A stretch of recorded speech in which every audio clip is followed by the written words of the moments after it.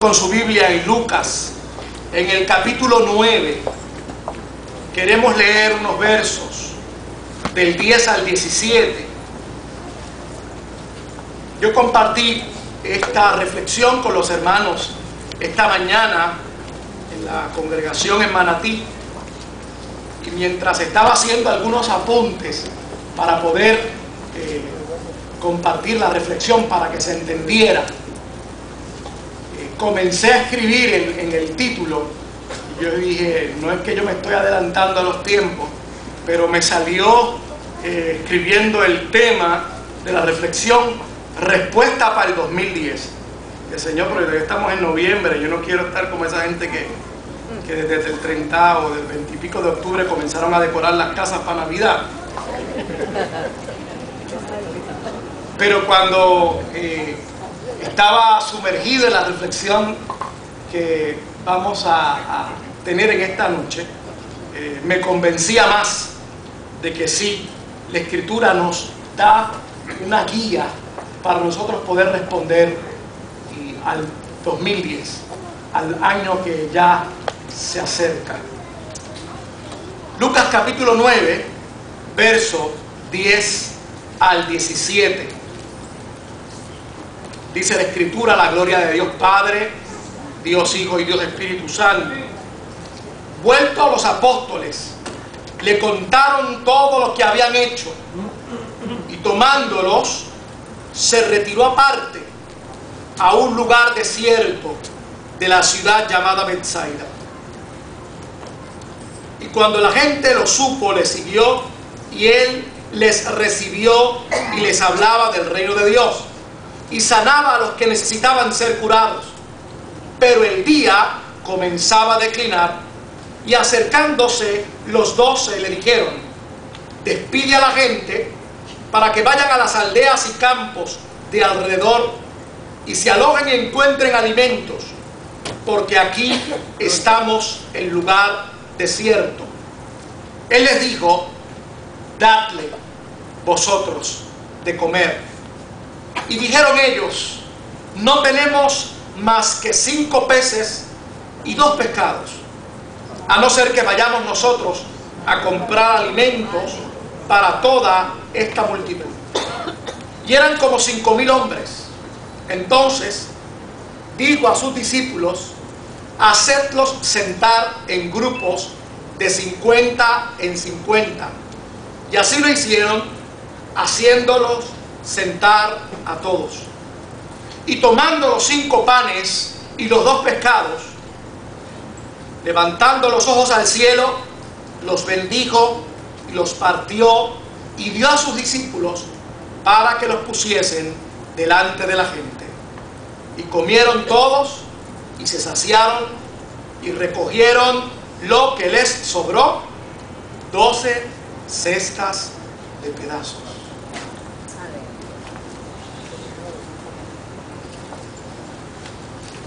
Yo les decía en el seminario extraordinario que tuvimos en el día de ayer a los hermanos, cuando nos dividimos en diferentes grupos, y les estaba relatando la entrevista que me hizo el profesor Jones.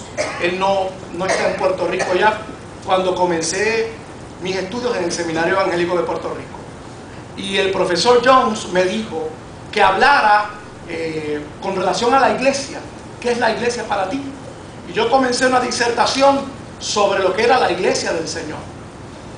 Y el doctor Jones, después que me dejó terminar, yo haciendo una verdad, nervioso, casi una predicación haciendo, era una tarde, eran como la 1 de la tarde, él me dejó terminar, y después que me dejó terminar me miró, y en su español muy anglosajón me dijo: la iglesia está en el mundo, y el mundo es la iglesia.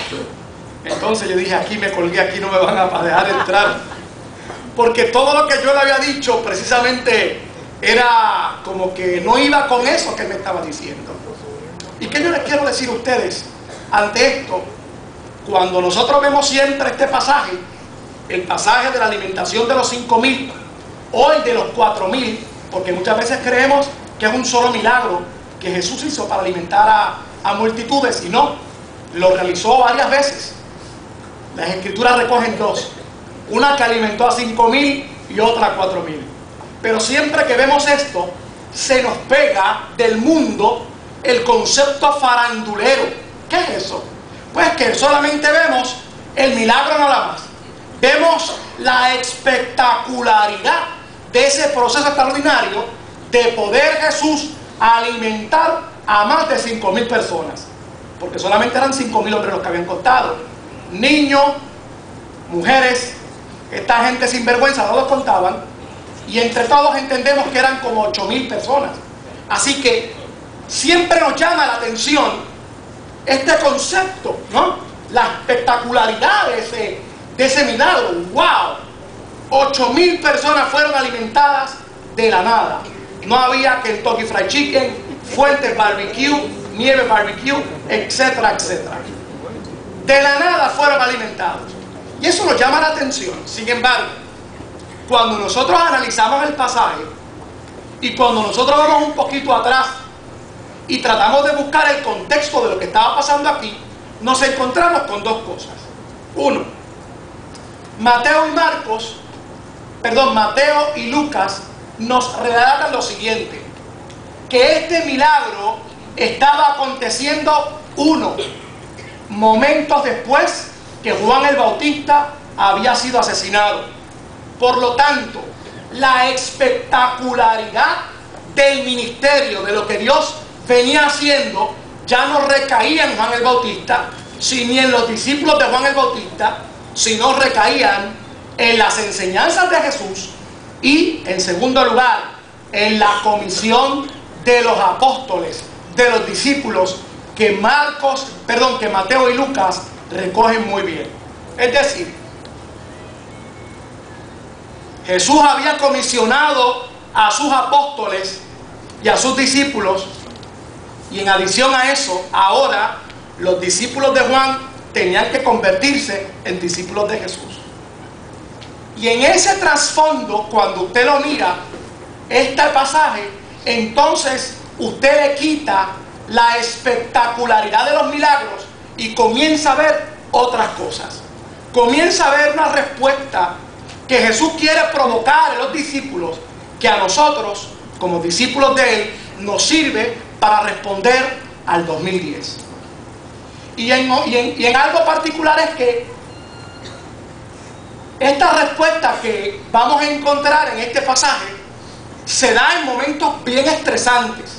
Es decir, Jesús estaba esperando una respuesta de los discípulos, no en el mejor momento de la vida, no en el mejor momento donde las cosas estaban, como dicen los muchachos, chilling, sino en un momento de tensión. Y aquí Jesús esperaba una respuesta de sus discípulos. Me llama la atención que el pasaje comienza en cierta medida resumiendo este ambiente que había en este inicio del ministerio de Jesús.